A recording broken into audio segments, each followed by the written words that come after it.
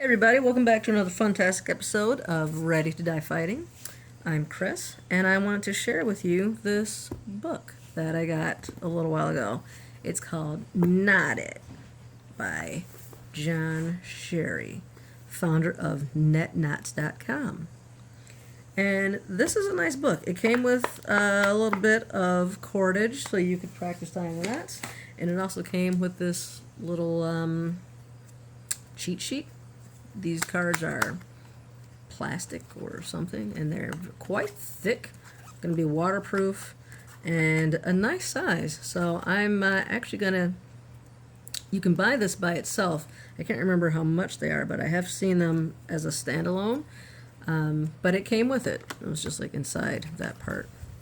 And I thought this was a cool little book, and I like that it came with this. And so this I'm going to keep in, I'm probably going to put it in Nate's bag, perhaps. Maybe someone else, might be a gift. And this one I keep on the bookshelf, mostly because I can never remember what knots are called. So I use this to remember. But it's also cool just to have a reference if there's one that I forgot, or if I just want to learn a new one. And this book, I think, does a really good job of showing how to tie these knots. The illustrations, I think, are really clear. They give you a little information about actually, what's in my, I don't actually know which way this camera is going to be facing here, but it gives you information on how maybe some history on the knot, its uses, and directions on how to tie it. And then if it is a knot that is included in this little card set, it gives you a little icon there to let you know. So I like this book, and it's separated into different let's see, we can make this a little easier to read. All right, so table of contents, it separates it out into different bins, loop knots, hitches, rope knots, fishing knots. So you can kind of find what you're looking for a little bit easier. They have it color coded. So the bends, which is a bend is when you are connecting two ropes or two lines together. So here's the Ashley's bend, Carrick bend. Actually, I like the Carrick bend. That one is useful for, if I remember correctly, if you have two ropes that are like really big and fat, it works well with that. Not fat, thick rope is sometimes harder to work with, but the Carrick bend works for that. And so, cool knot to know. Here's the fisherman's knot, or fisherman's bend, sorry. Things like that. And then it goes to hitches, and hitches when you want to tie a rope to something. Like I usually use this when I'm showing this. This is actually a tent pole repair rod or whatever, but I like just using it to practice tying the knots too. So if you are tying a rope or cordage to something, then it's a hitch. So here's like a bunch of different hitches. Some of them are, and they give you different purposes for them and use cases. And then we have binding knots. So if you're trying to bind things in different ways, what do you call it? Like lashing, or like trying to put, here's one, making, kind of constructing something. If you want to put two poles or sticks or whatever together at perpendicular to each other, you would use this type of knot. And then special purpose knots. Here's different ways you can tie a rope up, coils. So it's pretty cool. Here's some whipping. There was also, I think in here, this one, Heaving Line knot. This one I wasn't familiar with until I actually learned how to tie this knot with this book. And so this one is kind of cool because if you ever had to hang a bear bag, or doing anything where you need to throw a rope. Throwing rope kind of sucks. It's difficult. It's so light. It doesn't really work all that well. So you need to do something to put some kind of weight at the end of it so you can actually chuck the thing. And this is a knot that you can tie with the specific purpose of just making a heavy end so you can easily throw it over a branch or throw it over to your friend who's on the other side of the cliff, and you're gonna do some kind of acrobatics or something to shimmy on across or Tarzan across or whatever you're gonna do. You need to be able to throw that line, and so that's the kind of knot you can use to do that.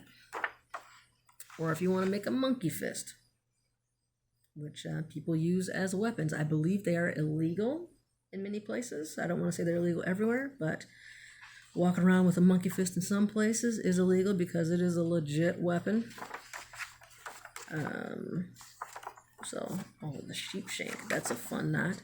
It also can be a suicide knot. Can't remember if I've done a video on that one yet, but I probably will if I haven't. And then they switch over to fishing knots.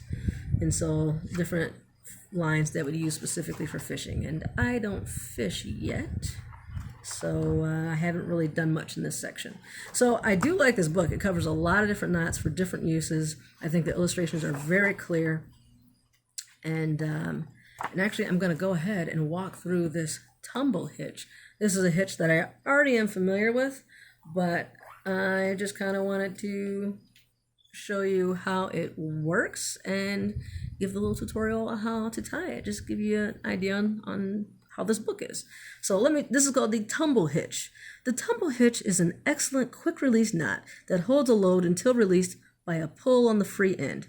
We have a few quick release hitches in this book. The mooring hitch on page 62, the highwayman's hitch, page 56. Of the three options, the hump tumble hitch is considered by many to be the most secure. However, with any knot that has an untying mechanism for convenience, caution must be exercised. It can be accidentally pulled or snagged and is not compatible with critical applications. When tying the tumble hitch, notice and remember that the standing part remains passive during tying. So when we talk about the standing part, it's like when you're tying a knot, you got this loose end. Usually call that like the free end or the working end, and then the standing part is like your longer one that's just kind of like wrapped around or whatever. So let's get started on this knot. Tumble hitch. And I did do a video where I kept calling it the highwayman's hitch, but I realized I actually was doing the mooring hitch. I got them mixed up. I'm terrible with names. All right, so to tie this, you need something to tie around. Could be using this. And this one, I actually do like this knot. I think it's pretty easy to tie and it's kind of intuitive. So like, even if I don't quite remember it, I can usually like figure out how to tie it. But the only thing that I don't like about it is it does use a lot of material, I think. Seems like I use a lot of cordage to tie this knot, especially if it was on something bigger than this. So you want to have a pretty good length working end, as the picture shows, and you're just putting it in front of whatever you're tying to. And I've got the free end on this side. So this is the picture I'm working off of right now. It says, form a bight in the rope in front of the bar or post to which you are attaching the rope. I typically don't read the directions. I just go by the pictures, but I will read them out to you guys so you can see how this book works and if you want to purchase it. A bight is just a loop like that. Just like you just make a bight. It's just a fancy word for a loop. Now, step 2 right here. Form a bight in the working end and run that bight behind the bar. Pass it through the loop created by the first bight formed. A slight tug on the standing line can help to hold the second loop in place.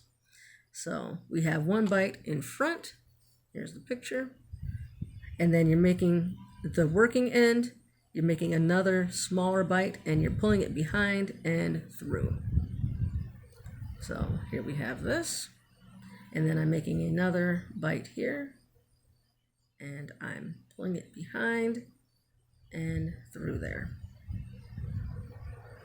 And I'm gonna give myself just a little bit more length here. And then a slight tug will kind of hold it in place. So it should look something like that,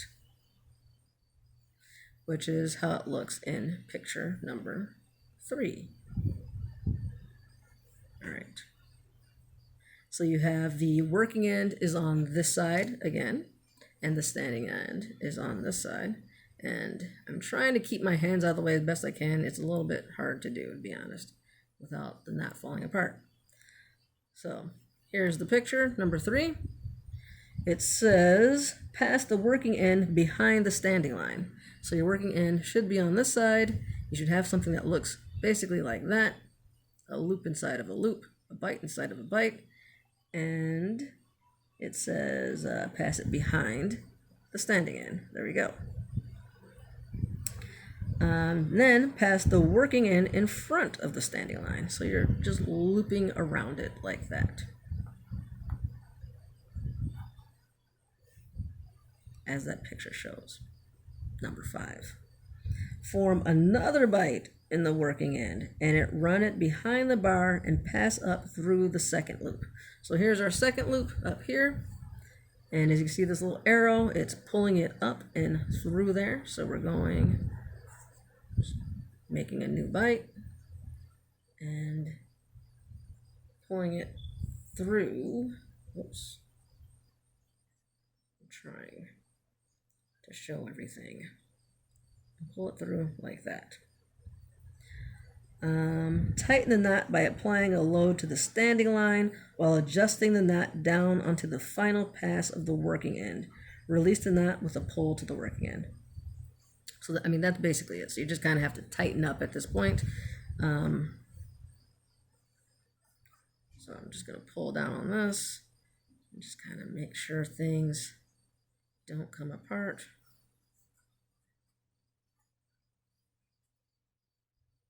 Best I can.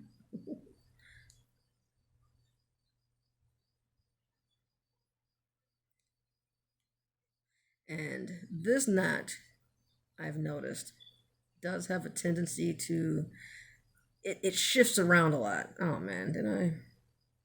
Either something went wrong here or it's too loose. All right. So yeah, I have noticed this knot has a tendency to like shift around, and it looks kind of ugly and sloppy is what I've noticed. Like it kind of looks like a mess when I do this knot. It always does, but it's never come loose. Like I'm pulling pretty hard here, and I can bounce and jerk it around quite a bit, and I've never had it come apart. And then when you want to untie it, shoop, and it just, they call it a tumble hitch because it just tumbles apart. So that's the directions that they give. I find that it is pretty easy to follow. The pictures, in my opinion, are quite clear. Let's see if I can make that a little easier for you to see. If you want to try to tie this yourself, you should probably buy the book. But there you go. Can you see those pictures clearly? And so, yeah, so overall, I do like this book a lot. I don't remember how much I paid for it, but, you know, I picked it up from REI. They had it there. I've seen it online on Amazon, and I'm sure you can order from Barnes & Noble, wherever. But that's the Tumble Hitch.